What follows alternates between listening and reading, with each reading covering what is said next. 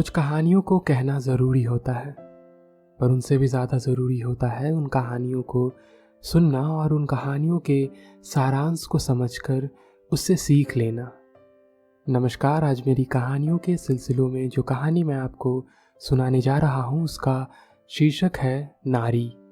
सुबह सुबह का वक्त, कोई ऑटो वाला दिख नहीं रहा था। निधि जानती है कि भूतनाथ तक अगर टहल कर पहुँच गई तो कोई ऑटो मिल ही जाएगा, लेकिन समय का अभाव, कोई रिक्शा ही कर लेगी। ए भाई, पटना जंक्शन का क्या लोगे? खुशी से जो दे दीजिएगा ले लूँगा। चौंक गई निधि। आवाज़ में अभद्रता है।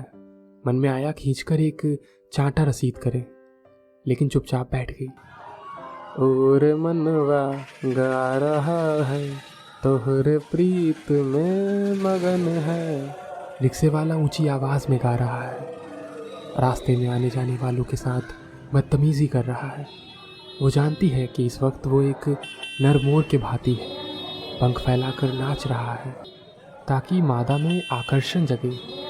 निधि पटना जंक्शन पहुंचकर गया की पैसेंजर टिकट लेकर पटना गया पैसेंजर ट्रेन में चढ़ जाती है। कल हॉस्टल की सभी सहेलियां घर गई हैं।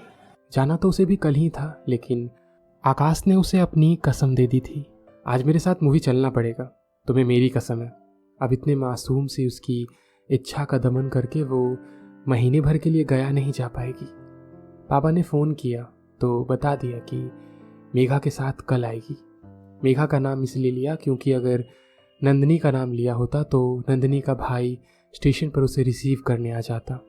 वो भी नर है आखिरकार, जो कि हमेशा से ही उसे आकर्षित करने में लगा रहता है। पीठ पर कुछ रेंग रहा है। ट्रेन में भीड़ काफ़ी है। वो आगे खिसकने लगी। लोग सीट पर पांव पसारे पड़े हैं।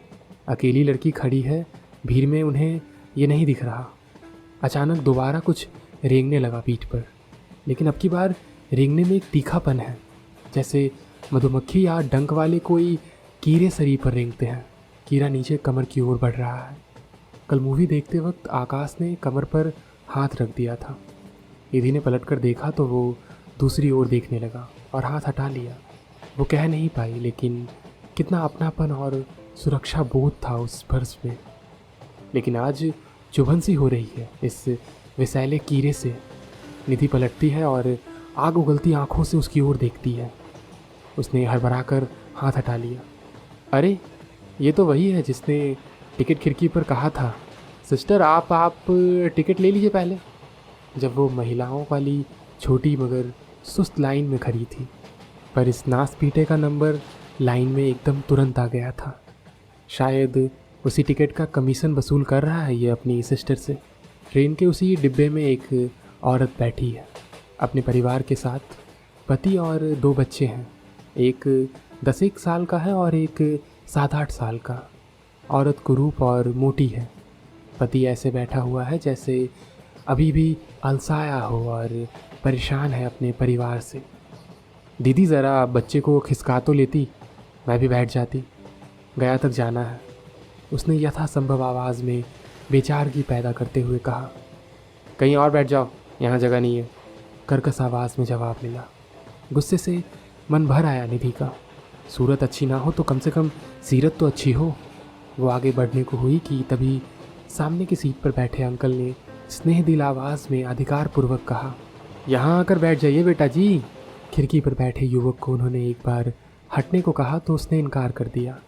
इसके बाद अंकल ने खिसक कर थोड़ी जगह बना दी ताकि परेशान सी निधि आराम से बैठ सके। साथ में उनकी पत्नी भी है जो अभी भी ऊँघ रही है। अंकल ने निधि की पढ़ाई, करियर से संबंधित 3-4 बातें पूछी। जवाब सुनकर वेरी नाइस, एक्सीलेंट की सहमति भी भरते रहे। सामने वाली कुरूप महिला की आंखें खूब झगड़ालू जैसी हैं, लेकिन निधि जब घूर कर देखती है तो वो आंखें चुराने लगती है। उसका छोटा बच्चा लगातार कुछ मांगता है और खाता जा रहा है। जब निधि निश्चिंत सी हो गई तो उसे एक झपकी सी आ गई। सपने में देखती है आकाश ने पीठ पर हाथ रखा है, पर अब की बार वो आकाश को घूरेगी नहीं। बेचारा डर जाता है। वो अनजान बन गई। आकाश पीठ सहला रहा है। आकाश के हाथ अब गर्म और अब जलने लगे हैं। वो बदतमीज़ हो रहे हैं। अब उसे हिदायत देनी होगी अपनी हद में रहने की। आकाश ने बगल में चुटकी सी काटी और नींद खुल गई। अरे ये कौन है? क्या अंकल जी? नहीं, वो कैसे होंगे, साथ में आंटी जी भी तो हैं। और वो है भी तो कितने भले। ज़रूर टिकट खिड़की वाला वो लुच्चा होगा जो पीछा करते हुए यहाँ आ गया होगा और अंकल से सीट मांगकर बैठ गया होगा। निधि जाग चुकी है पर आंखें खोलने की हिम्मत नहीं हो रही है उसकी। नर मोर को आस बंध गई है कि मादा तैयार है। वो पंखों को और फैलाकर नाच रहा है। निधि ने पलकों की झुर्री से देखा तो पेट के पास रेंग रहे हाथ के बाल अधपके हैं। हाथ अब गुदगुदा रहा है। निधि की आत्मा रो रही है। बर्दाश्त नहीं होता अब, फफक फफक कर रो पड़ेगी। हाथ टी शर्ट जीन्स के बीच फासला पैदा करना चाहते हैं। आंखें खोली तो सामने झगड़ालू औरत उसकी ओर देख रही है। औरत की आंखों में करुणा के भाव हैं।